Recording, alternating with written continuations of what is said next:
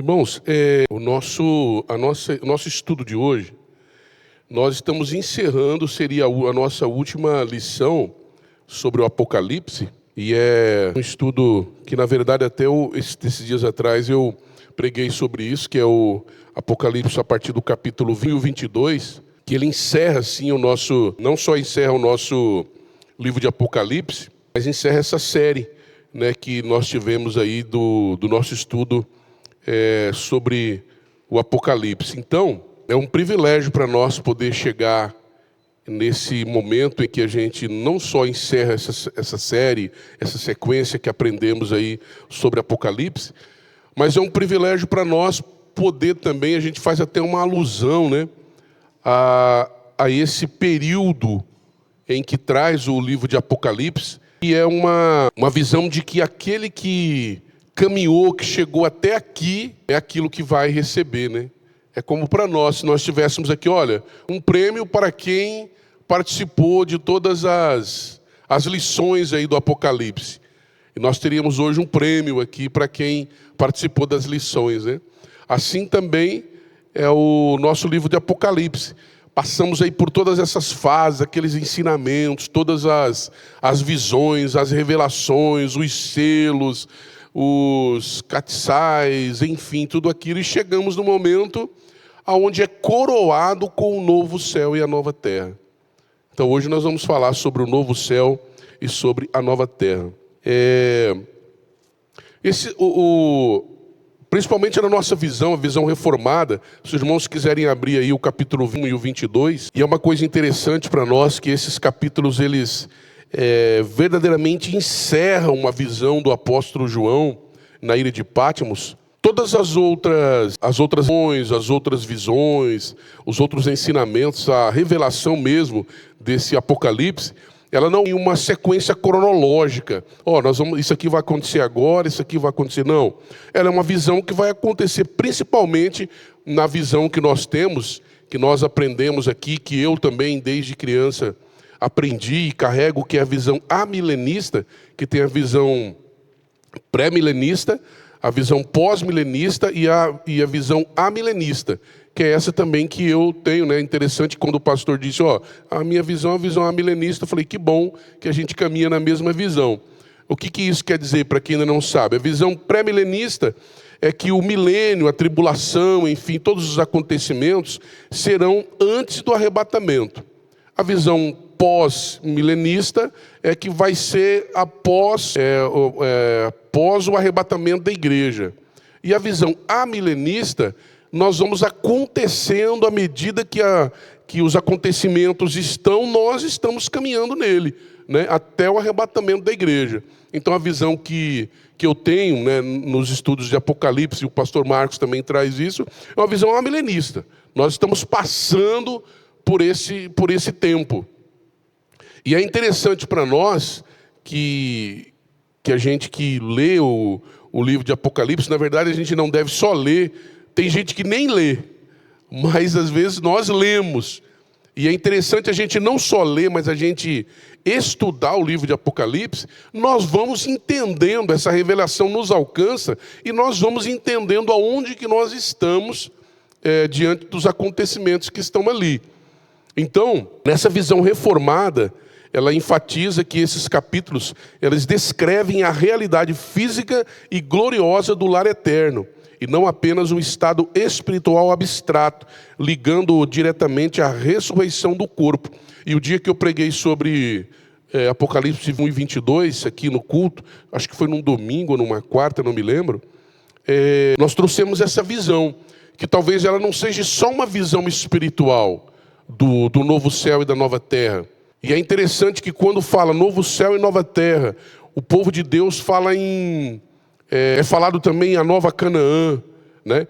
E o povo judeu especialmente fala Sião. Então temos essas visões que variam entre povos, né? Que chama Nova Canaã, a Nova Jerusalém, novo céu e nova terra, Sião. Né? Sião é uma esperança do povo judeu, do povo de Deus, de chegar nessa... Então eles chamam de Sião, voltar para casa, enfim. Então, a visão reformada, em toda visão reformada, isso não quer dizer que todo mundo caminha com a mesma visão, não. Tem várias, mesmo os reformados ou os reformadores discutem sobre isso, né? O que fala em Apocalipse capítulo 21 e 22 é verdadeiramente aquilo que nós vamos ver, é literalmente aquilo que é, né? Sobre todas as muralhas, todas aquelas questões das portas, né? É aquilo lá. De verdade, eu creio assim que nós vamos ver muito disso, né? Quando estivermos lá na nova casa, né? Na nossa morada eterna, na Sião, no novo céu, na nova terra. Mas, às vezes, pode ser também, como a visão do apóstolo João. Imagina ele, né, naquele tempo lá tentando passar uma visão daquilo que ele via, mas sem, na verdade, conseguir explicar direito o que era o céu. Eu imagino, né, vendo aquela visão do céu, sem poder encontrar nada lá, sem poder encontrar nada aqui que me transfira, né, que me dê condição de transmitir essa realidade do que é o céu. Então o que você vai fazendo? Você vai fazendo aquilo que você já viu. Eu me lembro uma vez que eu nunca gostei de carnaval, nunca frequentei carnaval, e não é porque era crente dele. Não, eu nunca gostei mesmo, nunca achei, né, o Espírito Santo nunca me permitiu que eu gostasse de carnaval, né? Mas só que aquelas alegorias das escolas de samba e tal, eu ficava muito impactado com aquilo. Gente, mas que coisa interessante, né? Aquelas alegorias e tal, tem hora que eles vêm com aquelas... E aí um dia eu conversando com um pastor, lá eu era adolescente ainda, e eu conversando com ele, me lembrei disso agora, né? Eu falei, pastor, eu não gosto de carnaval, nem vou em carnaval. Às vezes morava numa cidade pequenininha, lá em Rio Verde, lá não tinha nada na cidade. Imagina um adolescente, um jovem, num período de carnaval, numa cidade como Rio Verde, cidade turística ao extremo, né? Todo mundo ia lá para o carnaval, não tinha nada, não tinha lugar para ir. Naquela época, nem televisão tinha na chácara, então o jovem fazia o quê? Às vezes ia para lá, ficava lá andando em volta, enfim, mas eu nunca gostei. Mas eu encabulei e perguntei para aquele pastor, por que eu gosto daquelas alegorias, daquelas escola de samba, os desfiles da escola de samba e tal? Aí ele me contou uma história, ele falou assim, olha, uma vez eu também tive algumas preocupações, porque que eu gostava de algumas coisas e achavam bonita no mundo.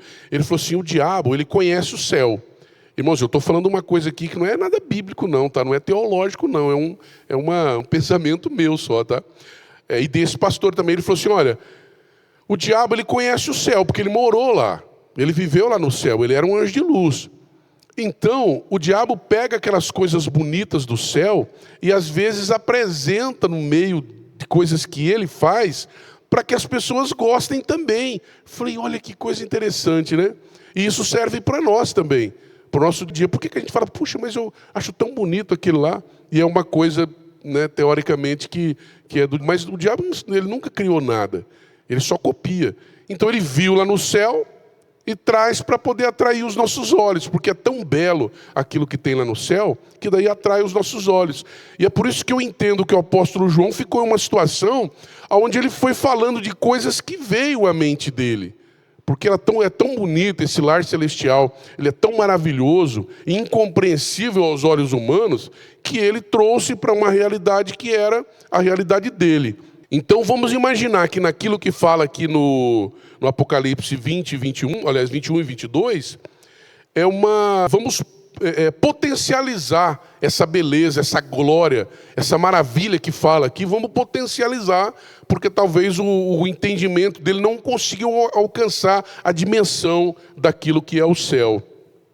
Bom, aqui vai falando, né, e é interessante, irmãos, e eu gostaria de enfatizar isso, aqui que nos últimos capítulos do Apocalipse, que fala especialmente sobre o novo céu e a nova terra, às vezes até os irmãos vão estranhar. Se quiser, eu mando aqui o esboço, né? Que ele tem aqui 3 ou 4 páginas. Se quiser, eu mando para os irmãos. Mas eu queria fazer um desafio para os irmãos aqui. Que vocês não atentassem ao esboço que eu fiz. É por isso que eu ainda não mandei, não pedi para a Josiane mandar. Que nós nos atentássemos a ler o capítulo 1 e o 22. Por que eu digo isso? Nesses dias agora eu estava orando, buscando a revelação de Deus para a gente poder trazer esse estudo aqui para os irmãos. E aí me veio assim, o Espírito me revelou isso. Espera aí, O Apocalipse é a revelação do apóstolo João. Aquilo que foi revelado a ele. Que foi revelado a ele e ele escreveu, por que não revelar a nós? E às vezes é muito fácil a gente pegar o esboço e tal, né? Mas é um entendimento meu que trago aqui, né, ou do pastor Marcos e tal. Mas quando você lê ele para passo, vai anotando, vai marcando, vai como é que eu posso dizer? Se surpreendendo com os detalhes desse capítulo, você vai trazendo revelação para a sua mente que às vezes não tinha. Vai despertando a curiosidade da gente mesmo buscar, mas o que é isso daqui? Né? Por exemplo, novo céu e nova terra. Aqui fala da destruição do mar. Nós aprendemos aqui que o mar, ele é revelado aqui em Apocalipse como a nação, como os povos corrompidos já, todos já corrompidos e sem o temor, sem temor a Deus, sem a presença do Espírito Santo, é chamado de mar. Nós aprendemos aqui nas outras lições. Então, quando ele começa dizendo assim, novo céu e nova terra, a destruição do mar, quer dizer que já está sendo destruído os povos, as nações corrompidas e tudo mais. Aí o apóstolo João vai dizer assim, e vi um novo céu e uma nova terra, porque já o primeiro céu e a primeira terra já passaram. Olha que interessante, quando eu trouxe aqui no início isso, né? Tudo aquilo que nós estudamos, ensinamentos, as visões, os selos, as trombetas, tudo isso já passou. Agora aqui no capítulo, a partir do capítulo 21 vai dizer, tudo isso já passou. A terra, o céu, a criação já passou. Agora vem um novo céu e uma nova terra. É um novo lugar, é um novo ambiente, é uma nova morada. E o apóstolo João começa a tirar os olhos daquilo que ele trouxe, revelação do que estava acontecendo, agora para algo transformado, renovado, revigorado, preparado para nós. Aí, a continuidade e renovação, ou seja, é um novo céu, onde a continuidade de uma história que foi criada por Deus lá na criação, quando ele criou, ele já preparou para esse novo céu, renovado, preparado para o lugar onde nós vamos ir. A visão calvinista entende o novo, né, kainos em grego, como renovado, transformado, glorificado, não criado do zero, né, uma criação redimida, aperfeiçoada, morada perfeita para os corpos ressurretos. O fim do mar, a ausência do mar, é interpretada simbolicamente como o fim de tudo, que representa caos, perigo, inimizade, separação. O mundo será pacificado e completamente acessível para a comunhão. E aí nós passamos para a Nova Jerusalém, Deus habitando conosco. Aí ele diz assim, e eu, João, vi a cidade santa, a Nova Jerusalém, que Deus descia do céu, interessada como uma esposa ataviada para o seu marido.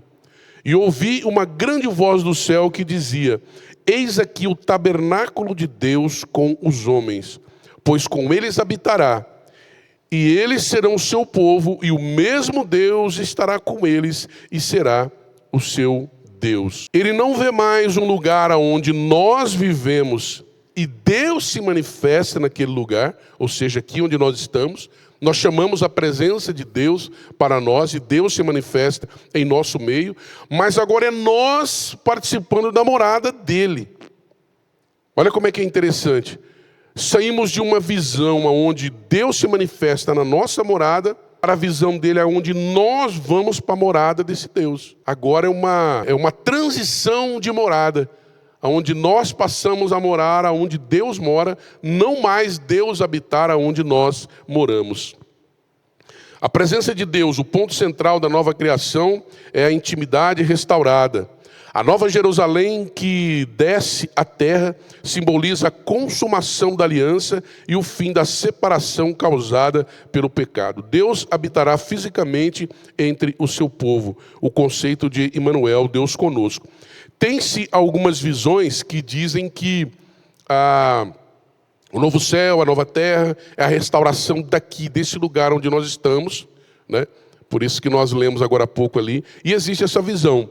de que Deus vai habitar aqui uma terra transformada, vai ser refeito, enfim, tudo restaurado para que nós possamos viver aqui mesmo. E outras visões onde nós seremos levados para uma nova terra e um novo céu.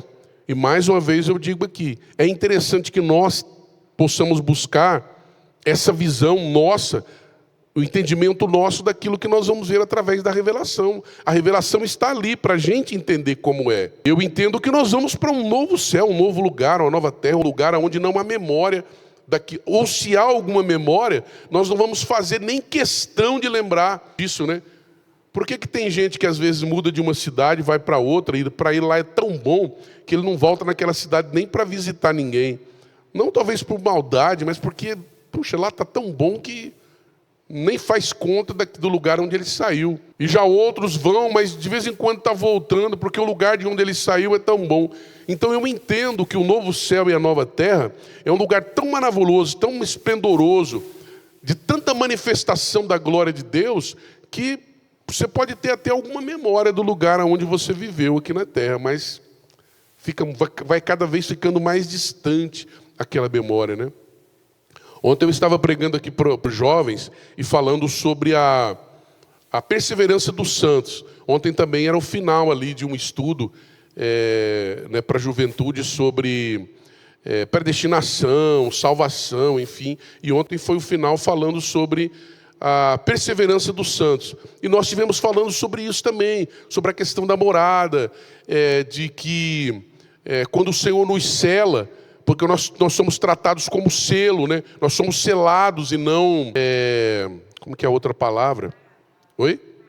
Marcado. Nós somos selados e não marcados. E a partir do momento que nós somos selados, nós entendemos que esse selo é o selo do Espírito Santo, através da graça da morte de Cristo no Calvário, do preço pago por Ele. Agora imagina, Ele pagou o preço, o Senhor pagou o preço pela Matilde, caríssimo, muito. Eu não vou falar dela não, que ela não tem muito pecado, vou falar de mim, tá? Jesus pagou o preço por mim caríssimo, por quem eu era. E eu entendo que Ele pagou mesmo, foi caro, difícil, né? Sofreu, morreu lá na cruz do Calvário. Aí Ele me selou com o selo do Espírito Santo. Aí eu me perco, eu caio da graça e perco a minha salvação. Ué, onde está o preço pago na cruz do Calvário? Onde está a graça que me foi dada? Não faz sentido para nós. Mas o Abel desviou em algum momento. Mas vai ter a correção, vai ter o tratar de Deus na minha vida, para que em algum momento, e ontem eu dei ali para eles uma visão disso, né? Eu falei assim, olha, vamos fazer uma dinâmica. Eu vou pedir para 2 meninos ficarem lá fora, e aí eles vão sair por essa porta normal ali do Espaço Vida. Sai por essa porta. Aí quando eles saírem, eu tranco essa porta. Quem estava lá ontem viu, né, essa dinâmica. Aí eu vou trancar essa porta, vou trancar uma das janelas, deixo a outra encostada, a outra trancada, enfim, e deixo a porta do fundo encostada também. E aí eu chamo eles, olha, pode entrar agora. Aí eles vêm naquela porta, ela está trancada. Alguém vai perseverar no sentido de ir buscando. Eu vou na primeira janela, está trancado, vou na segunda. Eu posso entrar pela janela. Ou eu tenho uma decisão de não, eu quero entrar pela porta mesmo, vou encontrar uma porta. Isso chama-se perseverança.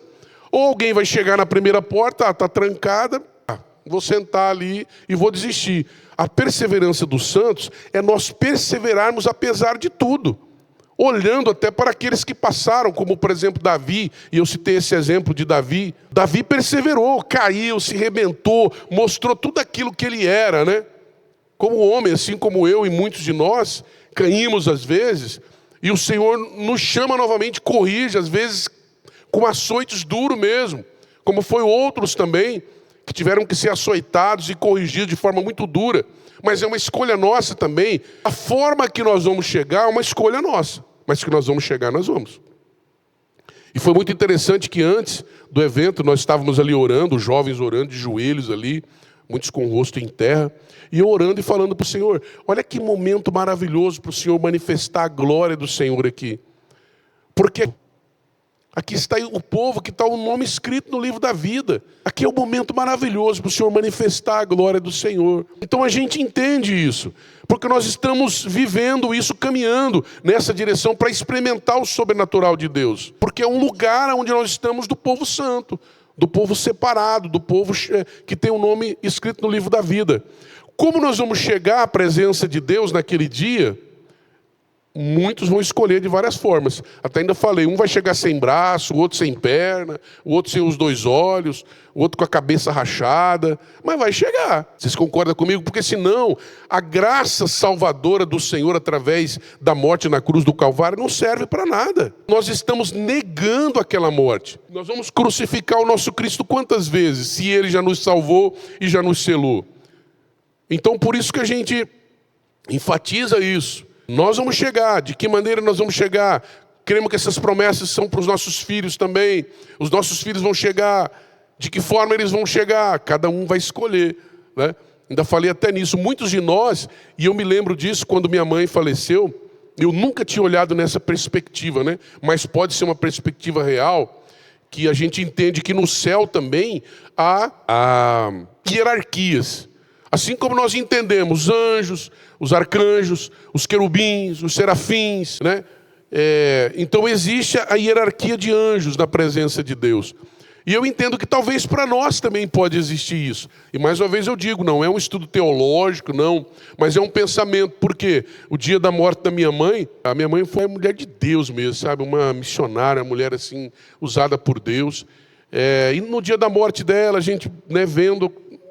Qualquer um, todo mundo vai para o cemitério, né? E naquele momento foi um momento muito sublime, assim, sabe? Um mover de Deus. E eu lembro bem que o sol estava se pondo, assim, sabe? Aquela imagem, coisa mais linda, e a gente olhando para aquilo. Aí o pastor que estava fazendo o culto lá, foi um culto mesmo, assim, um mover de Deus. E aí ele falou assim, olha, eu nunca tive essa revelação do Espírito Santo, mas o Espírito Santo está dizendo para mim que nesse momento... ela está sendo... Você lembra como é que ele falou, Jô? É como se ele falasse assim, ela está recebendo uma patente. Ela está sendo promovida. Falou assim, olha, o Espírito Santo me revela que nesse momento em que nós estamos enterrando ela, ela está sendo promovida lá no céu. Fiquei pensando, puxa, uma promoção, né? Então, e faz sentido, porque quando o Senhor diz a ele, a morte do justo, ele tem alegria na morte do justo, não do ímpio... e que de repente uma pessoa, e aqui nos textos também, nos trazem essa revelação de que Deus ele jamais vai esquecer daquilo que nós fizemos aqui. Ele vai levar em consideração aquilo que como nós vivemos aqui, a forma com que nós vivemos. Então eu acredito que nós também vamos ter essa possibilidade de termos essas promoções, né? Quando chegar no céu. Às vezes aquilo que era pastor vai ser servo, o que era servo vai... Enfim, só estou trazendo algo aqui que pode ser, né, que pode acontecer lá no céu. E porque diz assim, o fim da tristeza, a consequência imediata da presença de Deus é o fim de toda maldição, de toda dor, e Deus limpará dos olhos toda lágrima, e não haverá mais morte, nem pranto, nem clamor, nem dor. Porque as primeiras coisas já passaram, a morte, o último inimigo está aniquilado. E ele vai trazer também aqui a glória da perfeição. A descrição da cidade, muralhas de jaspe, fundamentos adornados com pedras preciosas, portas de pérolas e ruas de ouro transparente, sublinha a sua incomparável glória, santidade e majestade. E foi aquilo que nós falamos, que nós, muitos estudiosos, podem dizer que é uma figura de linguagem, né? É uma visão apenas que ele não tinha como revelar isso, então ele foi falando como que era. Mas só que existe uma medida também, isso que encabula.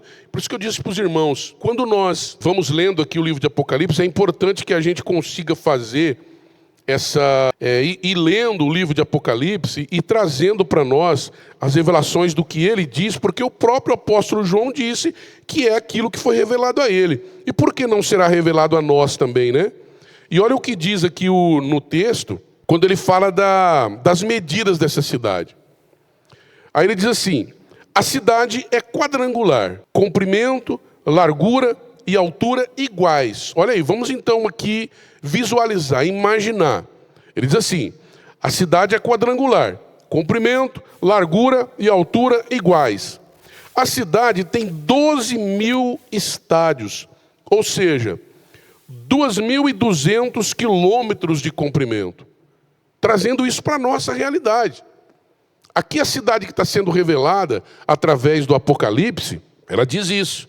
A cidade tem 12.000 estádios, ou seja, 2.200 quilômetros de comprimento, de largura e de altura. Você consegue imaginar uma cidade de 2.200 quilômetros de altura?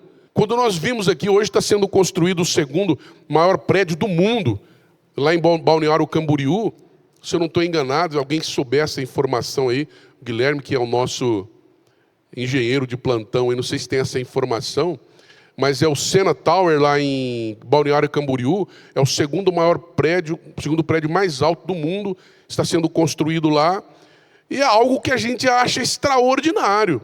Mas aqui ele está dizendo que a cidade, essa cidade, a cidade celestial, ela tem 2.200 quilômetros de comprimento, 2.500 quilômetros de largura e 2.500 quilômetros de altura. É algo para nós inimaginável. Mas está falando lá na palavra. Aí você pergunta de novo, Abel, pode ser só uma figura de linguagem? Eu concordo que pode. Mas você concorda também que ele está falando de algo aqui extraordinário, além dos limites da nossa mente humana? Por que ele diz também? Aí continua dizendo assim, aí só trazendo aqui uma visão nossa agora, por exemplo, ele está dizendo de uma cidade, não está falando assim de um estado, não, é a cidade santa. Repetindo aqui o que os povos falam, né? Cidade Santa, Jerusalém Celestial, a Canaã, enfim. É uma cidade que vai, por exemplo, de São Paulo a Aracaju. É inimaginável para nós. Uma cidade só que vai de São Paulo até Aracaju. Aí vocês pensam comigo, de comprimento de São Paulo até Aracaju. De largura, não sei da onde até não sei na onde, mas ainda tem altura. Que é a mesma, é o mesmo comprimento. Na Nova Jerusalém, a maior montanha, por exemplo, que nós tivemos é o Pico Everest. Ele desaparece mais de 240 vezes.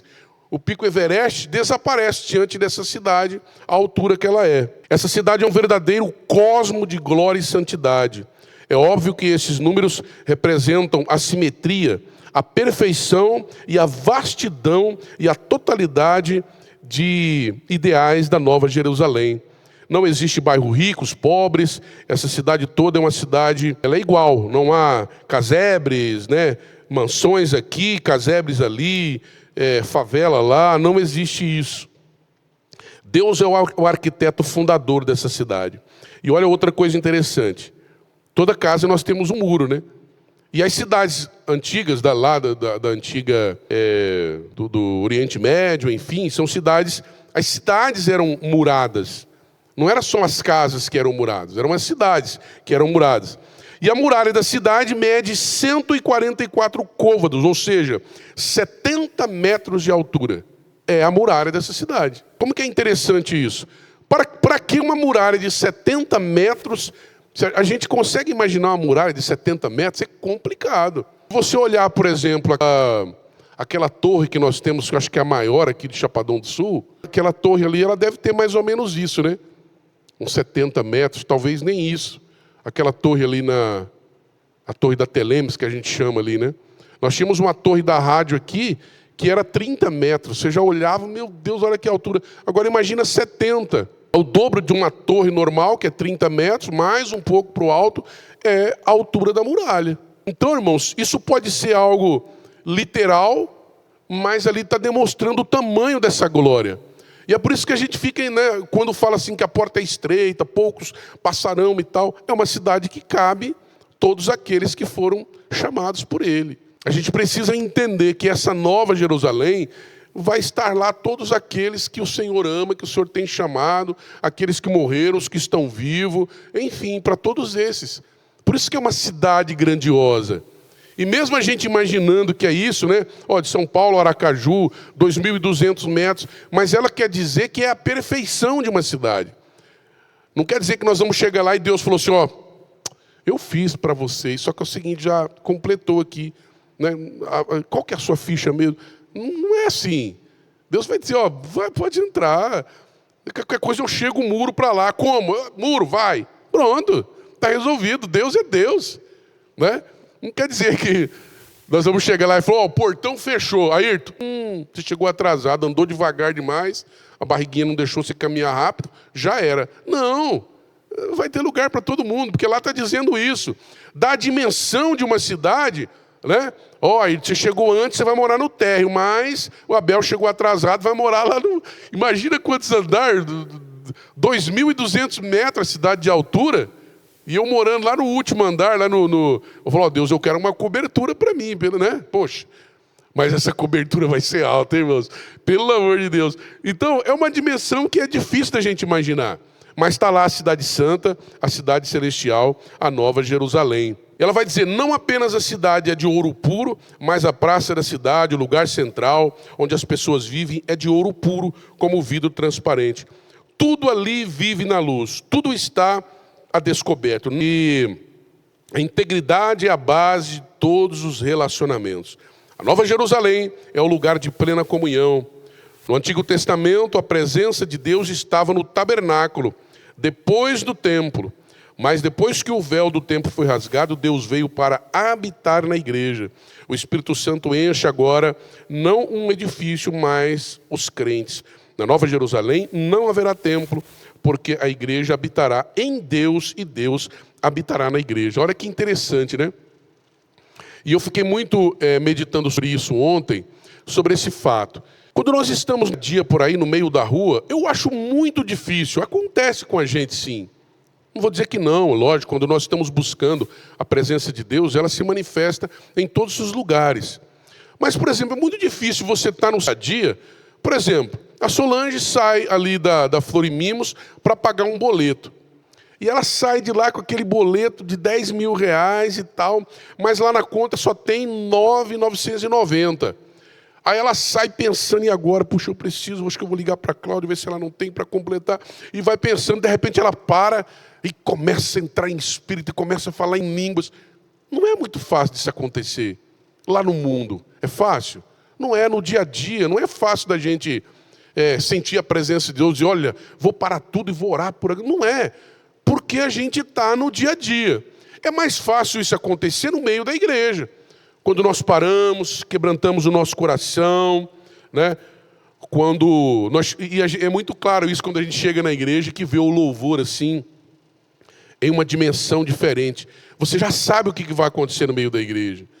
Porque existe aquela dimensão, aquela unção, aquele mover. Então a gente sabe que a igreja será levada àquela dimensão, aquele movimento espiritual. É notório isso.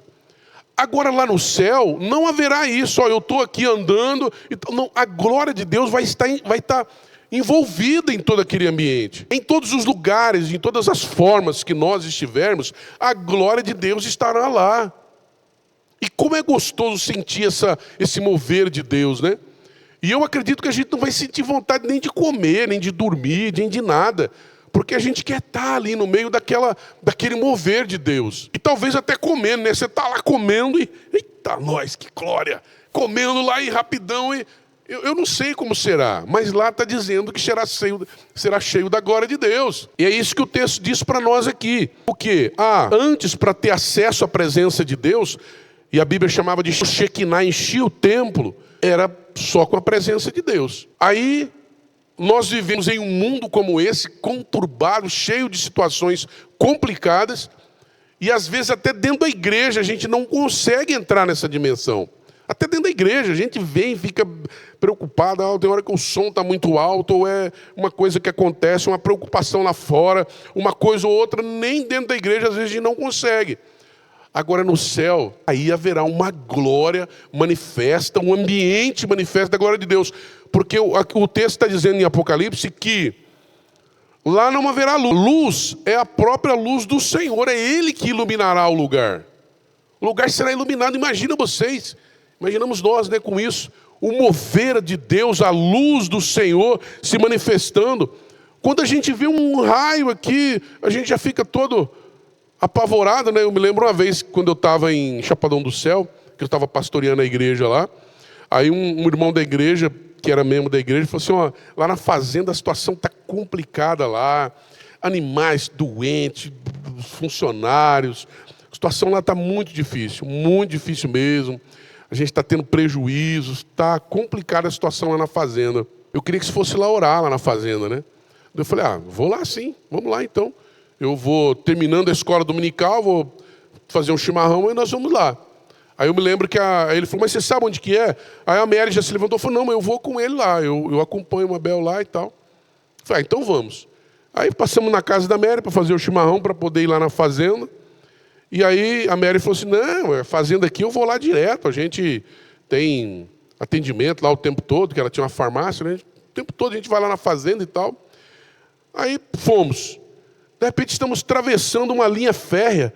Ela falou assim, ué, mas para ir na fazenda não tem essa linha férrea. Como é que é isso? Não vi não. Nós erramos o caminho. Aí, mas como assim? Eu não tenho como errar o caminho. Eu vou lá toda semana. Então vamos voltar. Aí estamos voltando.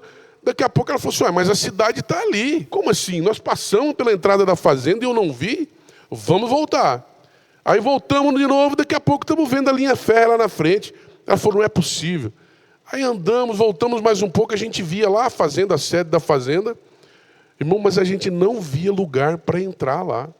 Não enxergava o lugar. Eu não sei se a Nalva estava aquele dia lá na fazenda. Você estava, Nalva? Você não foi esse dia, né? Você ficou na cidade que tinha que fazer visitas e tal. Aí eu falei, ô Mary, vamos fazer o seguinte, vamos entrar por uma estrada qualquer aqui, seja o que Deus quiser. Aí entramos numa estrada assim, meio vicinal e tal, entramos por aquela lá, andamos um pouquinho, daí o carro ferveu. Tivemos que parar, e aí não tinha água para colocar, tivemos que colocar água do chimarrão. Foi um negócio de louco, irmãos. Nós saímos de lá, era 9 horas da manhã, dava, sei lá, acho que uns 17 quilômetros, essa fazenda. E nós fomos chegar, era 2 horas da tarde, perdidos, sem saber o que fazer. Então, mas chegamos lá na fazenda, o pessoal já tinha almoçado, daí nós chegamos lá. Aí oramos, o pessoal já tinha almoçado, a gente almoçou também. Aí nós falamos, nós temos que voltar porque tem os trabalhos da igreja e tal. Então vamos orar. Daí ele foi chamando o pessoal da fazenda, né, os trabalhadores lá, os colaboradores, enfim. E começou a vir aquele pessoal. E eu me lembro bem que veio um casal, assim, com um menino pegado na mão. E o menino chegou perto de uma cerca, assim. Daí ele parou e ficou ali parado em pé, olhando. E os pais entraram e nós fizemos ali uma roda para a gente orar. Daí o pai falava para o menino assim, vem aqui. Daí o menino falava, não, eu não vou. A esposa do dono da fazenda lá estranhou, falou, mas ele é um menino tão educado. Não, eu não vou, eu não saio daqui não. Aí eu entendi, né, espiritualmente o que estava acontecendo. O pai já começou a ficar bravo, nervoso. Eu entendo isso também, né? Aí eu falei para ele, não, fica tranquilo, deixa ele lá. Vamos orar e depois eu falo com ele. Aí oramos ali, eu tive uma visão espiritual tremenda. Aí terminamos de orar, daí, vamos embora. A Mary falou assim, eu vou lá na horta pegar umas verduras. E eu falei, eu preciso ir lá orar por aquele menino. Aí fiquei rodeando ele ali, jogando uma bola com ele no futebol e tal, até que consegui chegar próximo dele. Aí Deus trouxe umas revelações, assim, coisas fora do comum, que daí, se a gente for contar aqui vai demorar. E a Mary disse que ela estava olhando de lá, e ela viu descer do céu, assim, como se fosse um holofote. Em cima estava eu, o menino que era filho do dono da fazenda, e mais aquele outro menino. E desceu um holofote, assim, do céu, iluminando entre nós ali, e eu olhava lá e via mesmo o pessoal lá na horta parado assim, sabe, olhando e tal, mas eu não dei muita atenção, não sabia também, porque a gente estava dentro daquele holofote, mas a gente não via, né, aquela luz, e era real mesmo. E eu nunca esqueci desse dia. Aí imagina, só aquele holofote sobre nós, já era algo que parou todo mundo ali para ver. Imagina a luz de Cristo dentro do lugar onde nós vamos morar. A morada celestial, a morada eterna. Eu imagino que será algo, irmãos, e o que aconteceu ali naquele momento é algo assim que é além do que os olhos podem ver, do que a mente pode pensar. Visões que Deus trouxe, assim, algo extraordinário. Imagina lá o que nós vamos viver. E a vontade que dá é de não sair daquilo dali. Então eu imagino como é a morada celestial, né? A Canaã celestial, a morada eterna, enfim. Voltando aqui, nós temos aí essas várias revelações, e mais uma vez eu quero desafiar, né, cada um de nós, desafiar todos nós, a gente, nesse último, né, que a gente agora finalizou mesmo o livro de Apocalipse, desafiar os irmãos, todos nós, a nós estudarmos especialmente. As outras a gente aprendeu, tivemos aí alguns ensinamentos, né, sobre toda a visão do apóstolo João, mas especialmente sobre a cidade celestial. É algo que nós precisamos desenvolver em nós, e eu já fiz uma pregação sobre isso. Por que que eu amo as coisas aqui?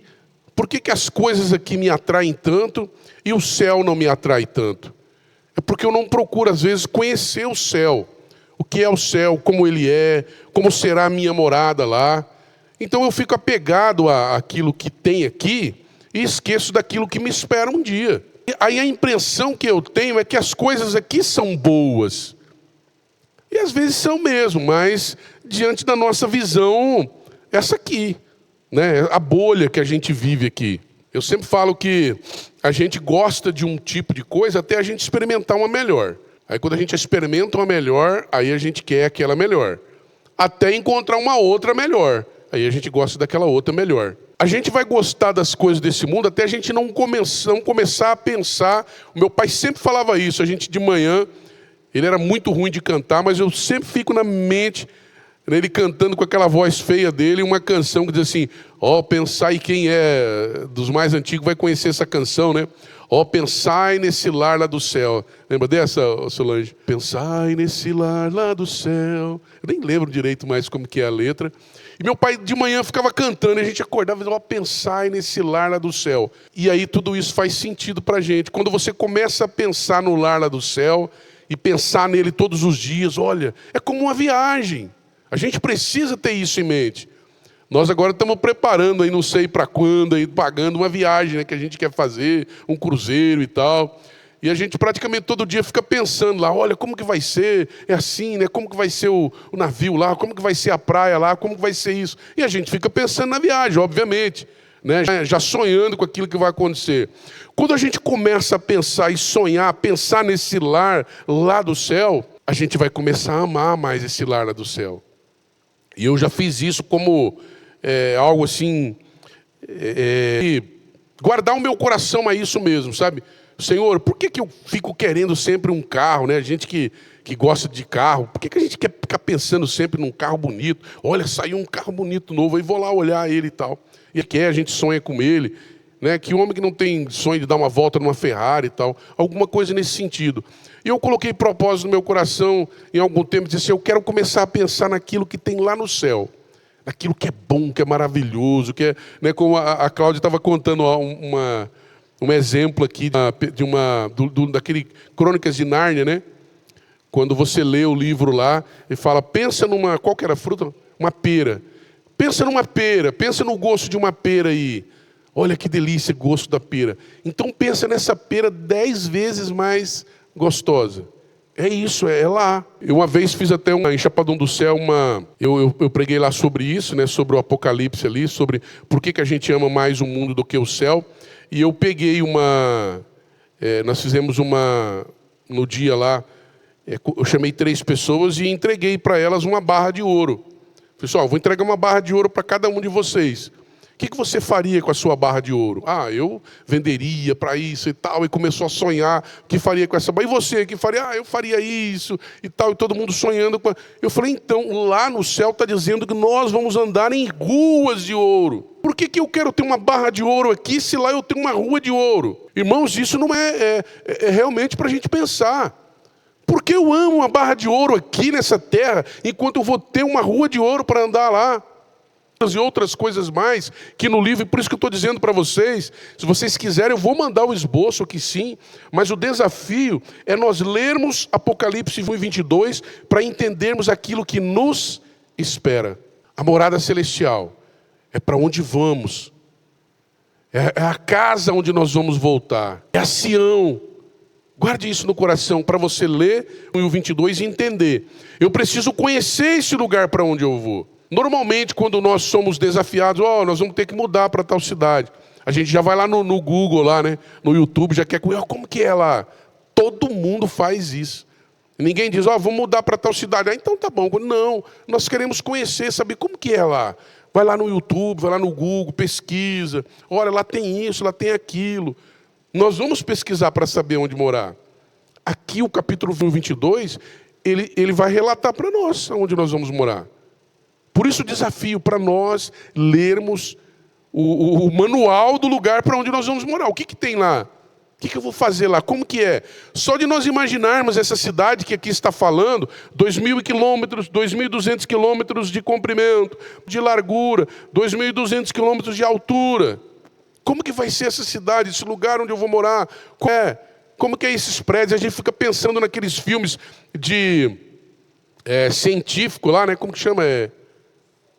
De ficção científica. E tem alguns, né, que a gente olha e fala, puxa vida, é mais ou menos o que está dizendo. Alguém pensou no Apocalipse e colocou lá. Nárnia, por exemplo, você começa a pensar, puxa vida, olha como que é interessante. E é por isso que o Senhor, o desafio do apóstolo João, a visão dele na ilha de Patmos, não é só para a gente ler aqui e dizer, sim, um dia, não. É para a gente entender que essa revelação é para nós também. Olha, se tem uma revelação para João, e ele escreveu essa revelação aqui, eu preciso conhecer a fundo ela. Porque é uma revelação que é para mim, é para os salvos, é para os santos, é para aqueles que têm o nome escrito no livro da vida. O sustento eterno, o rio da água da vida e a árvore da vida, que dá frutos mensais, cujas folhas são para a cura das nações. Garantem vida e sustento eterno. Não haverá mais fome, sede, doença ou finitude. Há uma árvore cujas folhas não murcham e que ela é remédio para tudo. Eu estava agora há pouco com o irmão Ayrton aqui, né? Nós aqui conversando sobre ele, ainda falou, você é indígena, você conhece um monte de coisa aí. Eu falei, meus irmãos sim, eu já estou meio fora, alguma coisa eu conheço, outra não, né? Mas existe na natureza todo tipo de folha, raiz, semente, né? Que é para o tipo de cura de algum tipo de doença. E lá está dizendo que as folhas serão para isso, para que a gente não fica doente nunca. O reinado, então, terá sustento eterno, entendido? Não precisa de trabalho, nem de ganhar dinheiro para nada, porque nós teremos sustento eterno. Reinado, a visão conclui com a promessa, e nela nunca mais haverá maldição contra ninguém. Nela estará o trono de Deus e do Cordeiro, e os servirão, e verão o seu rosto, e nas suas testas estará o seu nome, e reinarão para todo sempre. Isso confirma o destino final do homem redimido. Viver na presença direta de Deus, servi-lo e cumprir o mandato cultural original de reinar sobre a criação de forma perfeita e eterna.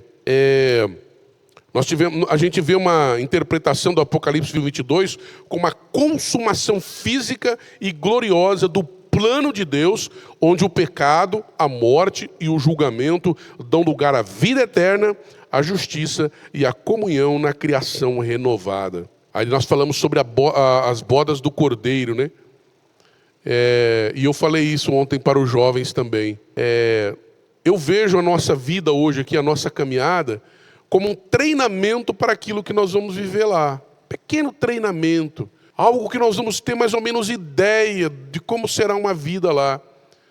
Por que nós encontramos gente que faz até uma brincadeira, né? E a gente vê isso, às vezes até dá risada. Mas isso nos faz refletir. Quantas vezes nós vemos isso? O cara fala, eu lembro se não me engano, o Martinho da Vila, ou aquele outro lá, cachaceiro, oi? O Zeca Pagodinho, acho que foi o Zeca Pagodinho.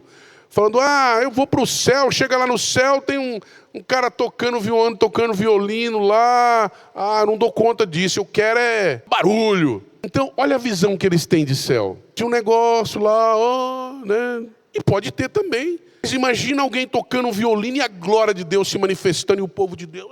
Eu quero isso para a minha vida, irmãos. Pode ser até um violino, não precisa nem ter música, então, vamos lá? Né? Os violinistas aqui que saibam disso, viu? Quando vocês tocam um violino lá, o coração da gente, não é assim, irmãos? Daquele arrepio, aquela coisa gostosa assim, né? E eles falam como se fosse um deboche. Aí eu falo, continua pensando assim. Você vai ver o que é o inferno, né? Porque ele não conhece nem o céu nem o inferno. Porque se conhecesse o inferno também, ia saber que lá vai ser pranto, tormento.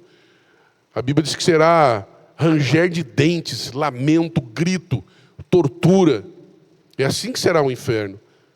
O céu não me importa se vai ter alguém tocando um violino. Se tiver, melhor ainda. Imagina lá a gente pegando um ranguinho delicioso lá, comendo uma pera deliciosa e alguém tocando um violino lá. Glória a Deus por isso.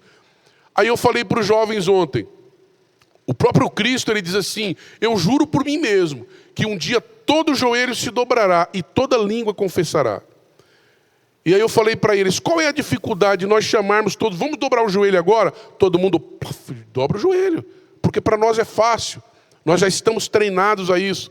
Confessa que Jesus Cristo é Senhor, o único Senhor e Salvador da sua vida. Na hora nós vamos fazer isso, com prazer e com alegria. O mundo vai fazer? Não vai fazer. Então nós estamos sendo treinados para essa Jerusalém celestial, aonde nós vamos chegar lá, e talvez muitas dessas coisas não serão novidades para nós. Porque nós já falamos, puxa vida, nós estávamos sendo treinados a isso, a chegar aqui e ver a manifestação dessa glória. Olha, quando eu li o Apocalipse, olha, eu vi que realmente é isso aqui, é literal mesmo. Olha essas muralhas aqui, nossa, eu vi lá e essas muralhas são desse. Olha as ruas de ouro que falaram que ia ter lá, olha aqui. Amados, eu fico emocionado pensando nisso. Porque nós estamos sendo treinados, a revelação de Apocalipse está aqui para nós, para dizer é isso aqui que vai acontecer, beleza? Está entendido? É assim, o mundo não quer saber disso. Eles não têm interesse nisso. E talvez eles não tenham interesse, e aí eu venho aquilo, olha, dó, puxa vida, né? Ontem eu ainda falei que a gente tem esse estereótipo, né? De dizer assim, puxa vida, esse fulano aí, homem de Deus, hein? Olha esse daí. E às vezes nós temos visto muito homens de Deus aí que não tem nada a ver com Deus. E outras pessoas que a gente pensa assim, olha, puxa vida, essa pessoa precisa se converter. Às vezes o coração dela já está quebrantado na presença de Deus. E quando o Senhor diz assim, olha, eu salvo quem eu quero, eu sou Deus para, né, quem é a criatura, para dizer para o Criador o que ele tem que fazer, então não compete a nenhum de nós, sabe? Pelo menos imaginar quem vai, quem não vai. O que vai acontecer? Não compete. O que compete a nós primeiro é cuidar de nós, para que a gente não chegue lá tudo arrebentado, tudo quebrado, e levar a mensagem para o outro, para dizer, olha, vamos também. Existe uma mensagem, existe aqui um lugar reservado e preparado para nós. Vamos morar lá, cuidar dos nossos filhos, nossos parentes, daqueles que nós amamos, que nós queremos que estejam lá também. Mas se eles não forem, paciência, paciência. Não compete a nós dizer que sim ou que não, né? Então, o que é chamado bodas do Cordeiro é uma festa eterna. Bodas do Cordeiro quer dizer, é uma festa que vai acontecer o tempo todo. Lá. Ah, mas eu gosto de uma festa o tempo todo? Eu não sei, eu gostaria de estar em uma festa lá o tempo todo. Como é essa festa? Está chamando de bodas do Cordeiro. Eu não sei como é essa festa. Eu não sei o que a gente faz lá nessa festa. Eu só sei que é uma festa muito boa. Como nós não vamos ter cansaço? Nós não vamos ter sono? Nós não vamos ter doença? Porque a gente não vai para uma festa porque eu estou cansado, estou sem dinheiro, estou sem ânimo. Como nada disso vai faltar para nós, vamos para a festa, gente. Vamos para a bodas do Cordeiro. E lá está dizendo que a bodas do Cordeiro, né, vai ser eterna, o tempo todo. Eu não sei, talvez nós vamos sair da bodas do Cordeiro para conhecer. Puxa vida, eu preciso sair daqui um pouquinho, que eu quero conhecer lá a Rua de Ouro. Eu quero conhecer aquela praça onde a Bíblia diz que jorra, sei lá, Coca-Cola, Fanta, eu não sei o que jorra lá. Mas jorra algo maravilhoso, que está dizendo lá. Algo delicioso. Hã? Uma água. Como que é essa água, Helena? Deve ser uma água com gás, daquela... saborizada, eu sei lá, bota um copo lá e toma um pouquinho, fala, opa, aí você fala, não, mas antes de eu voltar para bodas do Cordeiro, eu quero ir lá conhecer, eu, por exemplo, quero conhecer José, não sei vocês, quem que vocês querem conhecer lá, cada um quem quer conhecer, mas eu quero sair um pouquinho da bodas do Cordeiro, para me ir lá conhecer José, fala, cara do céu, conversa comigo um pouquinho aqui, é lógico, né?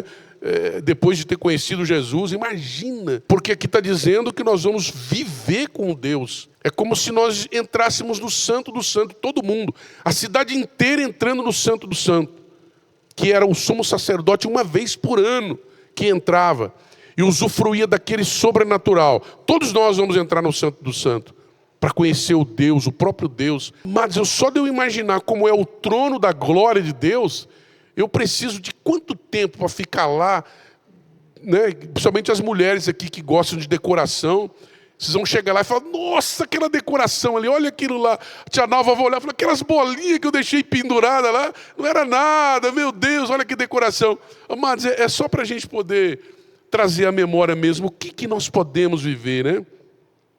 Aí nós podemos usufruir disso, daquilo que muitas vezes nós já sabemos como é, nós já temos a visão de como pode ser, né?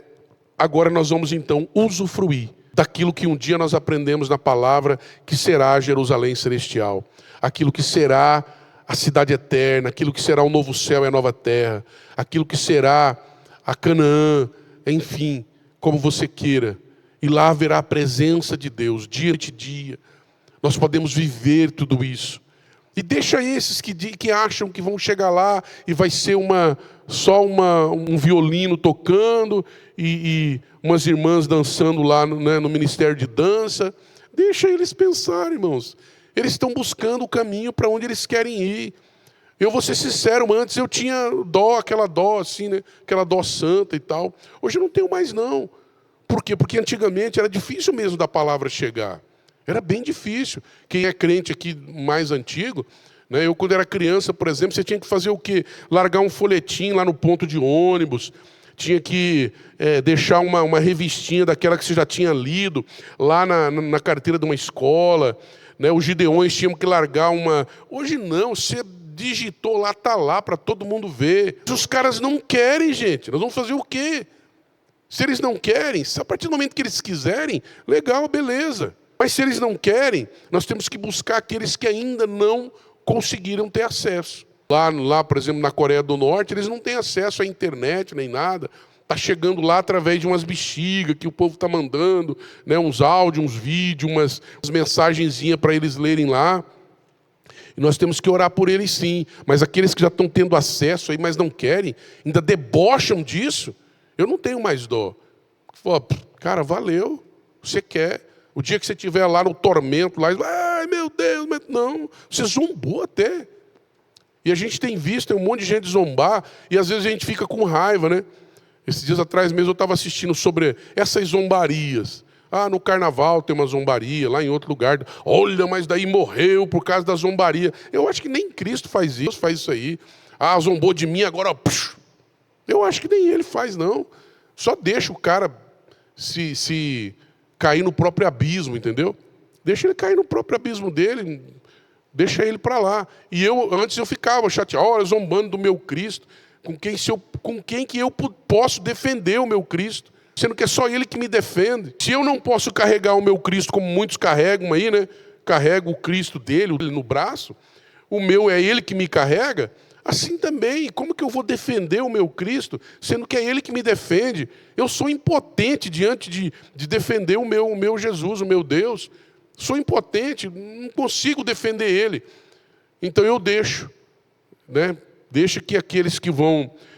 a Bíblia diz que um abismo leva a outro abismo, e eles vão se afundando no seu próprio abismo, né? Sendo enganando e sendo enganados. É assim então que nós vamos aprendendo sobre as coisas de Deus. Alguém tem alguma pergunta sobre o que nós falamos hoje? Para a gente poder...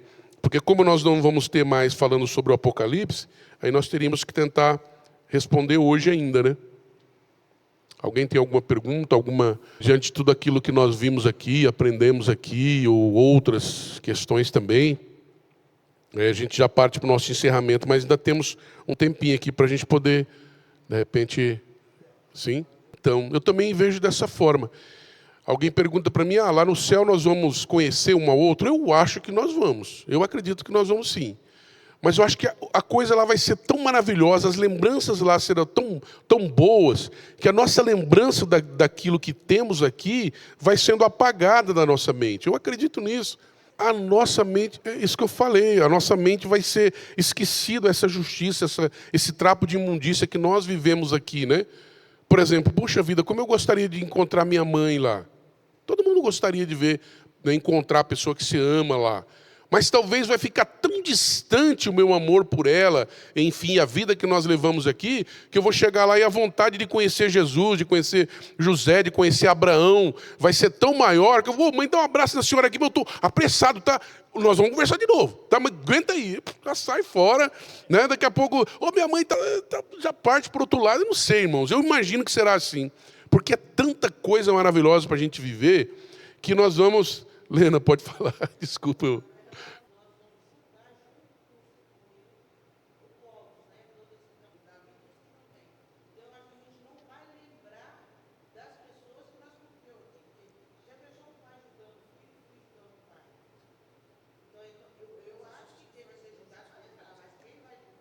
Mas aí entra justamente aquilo que a Sueli falou, que a justiça de Deus era tão maravilhosa que nós entraremos nessa justiça de Deus para dizer assim, não, realmente você merece o seu castigo mesmo.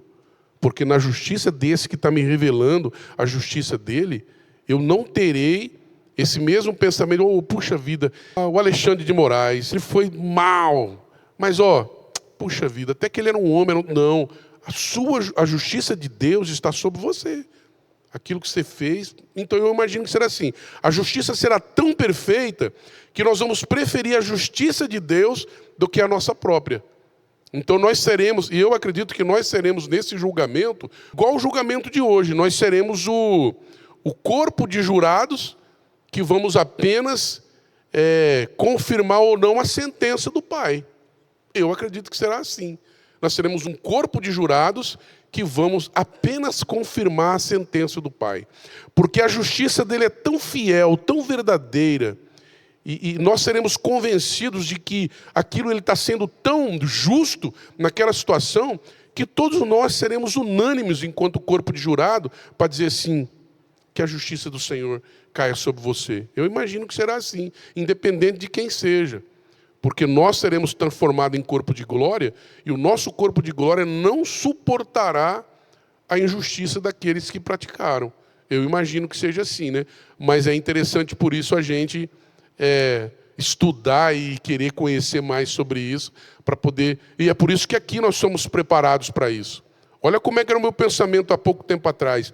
Não, novamente esqueci o nome do cara, do bêbado lá, do Zeca Pagodinho. Não, mas nós precisamos o coração amar com o amor de Cristo. O Zeca Pagodinho, porque ele precisa conhecer a Deus. E antes a gente torcia, né? Um cara famoso se converter. Hoje eu não estou nem aí para o cara famoso se converter. Porque eles se convertem hoje e amanhã eles estão defamando o nome de Cristo. Eu já estou torcendo para nenhum mais. Se é para você bagunçar com o nome de Cristo, irmão, fica onde você está. Siga no seu caminho de perdição. Porque faz um desserviço. Hoje eles aceitam Cristo, estão na igreja e cantam glória a Deus. Amanhã estão lá cantando axé e invocando o Espírito. Peraí, não dá. Então eu penso que quando nós olhamos para isso, para a justiça de Deus, o nosso coração vai começando a ficar assim. Não, peraí, gente. Já não é fácil a caminhada com Cristo. Esse treinamento que nós estamos passando já não é fácil. Nós ainda vamos querer ficar abraçando quem está querendo tomar lapada? Toma lapada lá, eu não vou junto. Não sei se está certo também, mas eu acho que o nosso coração vai sendo tratado conforme o coração de Deus, conforme a justiça dele. Bate a poeira dos seus pés e vai embora. Né? Então eu penso, o id dele, e é interessante a visão que a gente tem sobre quando ele fala pregar o evangelho a toda criatura. A nossa visão é essa, olha, prega o evangelho, traz para a igreja, cuida, tudo isso é beleza, é tudo muito, muito certo a se fazer. Mas o id que ele está dizendo não é para dizer assim, olha, vai e salva ele. Não, ele diz para você ir pregar. O que vai acontecer com ele é como se ele somente nos desse uma ordem para a gente obedecer. Ayrton, pega essa Bíblia aqui e coloca ela lá. Mas para quê? Eu não quero saber para quê. Só coloca lá. Porque depois você vai pegar ela e vai levar para sua casa. Mas então por que eu coloquei ela lá se eu podia levar? É porque eu estou dizendo para você fazer isso. Só obedeça. O que vai acontecer? Você não precisa nem saber. Pode, porventura, a criatura questionar o Criador? Não pode. O Senhor diz para não fazer, não questione o Criador, porque o Criador é aquele que diz para a criatura o que fazer, e não a criatura dizer para o Criador o que fazer. Então, nós, quando ele diz, ir a todo mundo e pregar o evangelho a toda criatura, é ir mesmo, sem saber o que vai acontecer, se vai se converter, se não vai, se aquele vai... Sabe aquela pessoa, e eu já vivi muito isso, aquela pessoa que você prega, ela traz para a igreja, a pessoa se converte e tal. Você fala, olha, que beleza, glória a Deus, está aí na casa do Senhor e tal. Daqui a pouco você vê o cara jogado lá. Peraí, ele não entendeu nada da vida com Deus? Às vezes é isso, irmãos. Realmente ele não entendeu nada. Porque em muitos textos da palavra de Deus ele diz assim, tem ouvido, mas não ouve. Tem olhos, mas não vê. Ele está lá só em corpo presente, mas a alma dele está muito distante. Então não compete a nós. Pregue, fala, seja obediente. Mas o que vai acontecer não compete a nós. É da parte do Pai. Quem ele vai levar é ele que sabe. já está lá escrito no livro da vida ou não. Aquele que ele escreveu no livro da vida, ele jamais vai apagar. E aquele que ele não escreveu, ele não vai escrever. Não estava primeiro, o que é que faça, né? Aceitar ou não. Esses dias para trás, eu viajava e lá na Inocência, os caras que estavam na frente no rádio, ó, na frente, ó, o pastor, isso e aquilo, sentamos lá na mesa para comer. Você é crente, graças a Deus. É assim. Aí eu não aceito, eu não acredito na Bíblia. Isso é você e ele. Pois é, paciência. Existe. Entendeu? Eu não vou mudar ele. Quem vai mudar ele? Ninguém. É ele. Só ele. Agora, aquele que Deus tem o nome dele escrito no livro da vida, e às vezes assim como nós também, e eu não estou aqui querendo me eximir não, porque às vezes a gente pisa fora da casinha, né? Aí que Deus fala assim, você está se achando, né? Então vai mais um pouquinho aí. Só que daqui a pouco, ele diz que ele vai com um cajado, assim como cuida de ovelha. E a hora que ele dá uma cajadada na sua canela, meu irmão, minha irmã, a hora que ele enganchar aquele cajado do seu pescoço, só dá uma puxadinha, olha, não é fácil não. Ontem até foi engraçado que eu perguntei para os jovens ali, né? Eu falei assim, quem aqui que gosta de ser corrigido? É engraçado que teve 3 jovens que levantou a mão. Eu achei interessante. Falei, pode ser verdade mesmo, às vezes gosta de ser corrigido, né? Ou às vezes nunca foi corrigido. Porque eu já fui corrigido, irmão. Eu não quero ser corrigido mais. Meu Deus do céu, é terrível. Mas teve 3 que levantou. Eu falei, Jesus amado. Eu acho que eles chegaram em casa e falaram assim, meu Deus, não corrige não. Eu retiro aquilo que eu falei. Né? Por quê? Porque, gente, ninguém quer ser corrigido não, vamos ser sinceros. Só quer ser corrigido aquele que nunca foi. Porque o dia que for corrigido... Porque quando Deus ama, ele diz assim, ó, e Deus corrige todos quantos ele ama. Se ele corrige, ele vai corrigir, para trazer para o prumo novamente. E a correção é terrível, mas vive. E quantos, o pastor Marcos mesmo tem aquele sinal no braço dele. Alguém já contou? Vocês sabem daquela história, não? Que foi um acidente. E aí Deus falou para ele, vou deixar um sinal para que você se lembre sempre. Era jovenzinho, né? E muitos outros que Deus deixa um sinal para dizer, ó, vou deixar um sinal para você aí, para que você não esqueça. O dia que você estiver saindo, você vai olhar para esse sinal e volta. Porque quando a gente é corrigido, é sinal que Deus nos ama. E Ele corrige a gente para a gente voltar para o prumo. Então, quando Ele ama e tem o nome escrito no livro da vida, por mais que saia, mas vai voltar. Porque Ele ama e tem o nome escrito no livro da vida. Agora, quando você vê aquele que vai de vento em popa, você só dá um tchau, fala, arrivederci, vai-te embora, até la vista, baby. Insistindo. E uma outra coisa, bem colocado, se não tem o Espírito Santo dentro dele para convencer ele, quem vai convencer? Nós precisamos ter o Espírito Santo para nos convencer. E é assim que a gente vive todo dia. Quando o pecado bate ali na porta, o Espírito Santo, a gente já, opa, peraí, calma lá. Eu fui convencido pelo Espírito Santo. Quem não tem, vai de mal a pior. Vai só na ribanceira, né? Por uma mula também a gente é corrigido, como já aconteceu. Graças a Deus por isso, né? Porque Deus usa até um poste de luz lá, um poste na beira da estrada para mexer com a gente naquela hora, né? Para nos despertar e acordar a gente para aquilo para o prumo que a gente deve voltar, né? Para a presença de Deus. Vamos orar então, irmãos? Integra.